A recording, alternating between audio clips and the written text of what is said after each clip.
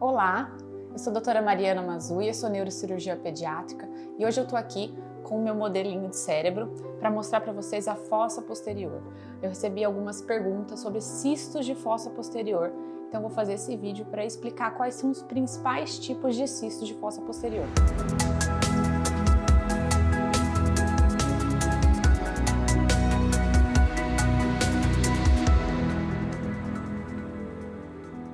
O que é a fossa posterior? Então aqui a gente tem a região do cerebelo e a região do tronco cerebral, essa região aqui da nossa nuca. Por que essa área é de extrema importância? O tronco cerebral carrega funções vitais para o ser humano e o cerebelo também tem uma função importante, principalmente na questão do equilíbrio. Bom, então eu vou falar sobre os cistos da fossa posterior. Quais são os principais tipos de cistos de fossa posterior? Então, um dos principais é o cisto de aracnoide. O cisto de aracnoide, ele é um cisto formado lá na barriga da mãe, ainda no período embriológico. E quais são os principais cistos que a gente tem nessa região? Então, a gente tem 4 tipos principais. O cisto de aracnoide, a megacisterna magna, eu vou explicar para vocês tipo por tipo, a síndrome de Dandy-Walker e o espectro de Dandy-Walker e o cisto de Blake remanescente. O cisto de aracnoide é uma malformação que acontece lá no período embriológico, na barriga da mãe. Em geral, ele não costuma dar nenhum sintoma, então ele é mais um achado de exame. Você vai lá, bate a cabeça, ou a criança cai, bate a cabeça, vai no médico, ou faz um exame por um outro motivo e acaba descobrindo um cisto na fossa posterior que não tem grande repercussão. Em geral, isso não altera a circulação licórica da região. A megacisterna também é uma área de dilatação da fossa posterior que não traz grandes alterações, não traz sintomas. Geralmente o paciente descobre também porque está fazendo o exame por um outro motivo e acaba descobrindo essa megacisterna. Já os outros tipos de cisto podem ter repercussões. Então, um deles é o remanescente do cisto de Blake. O remanescente do cisto de Blake, em geral, ele dá mais na parte distal da fossa posterior.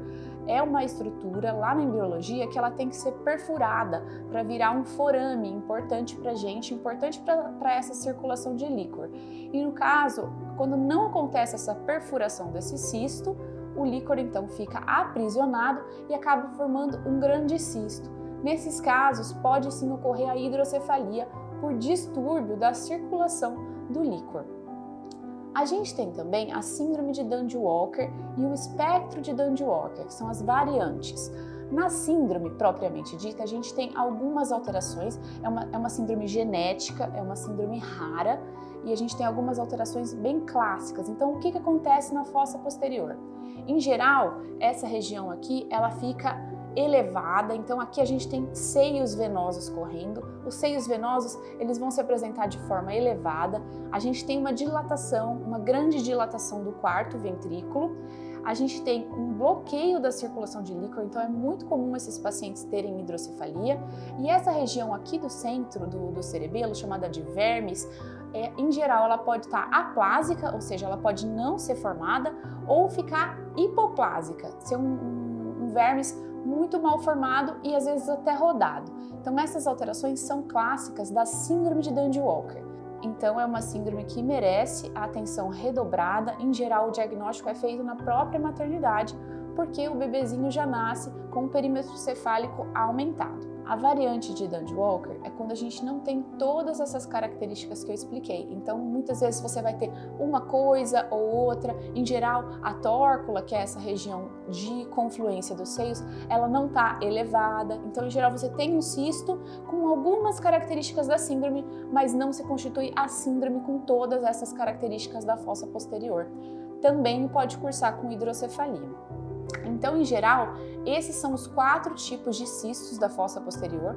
A gente tem também alguns tumores que se apresentam na forma sólido-cística, porém, em geral, a gente tem um nódulo, é mais fácil essa identificação. Então, o diagnóstico diferencial dos cistos da fossa posterior, eles são entre essas 4 etiologias. Então, os 4 tipos principais de cistos da fossa posterior são cisto de aracnoide, megacisterna, síndrome de Dandy-Walker e as variantes e o remanescente do cisto de Blake.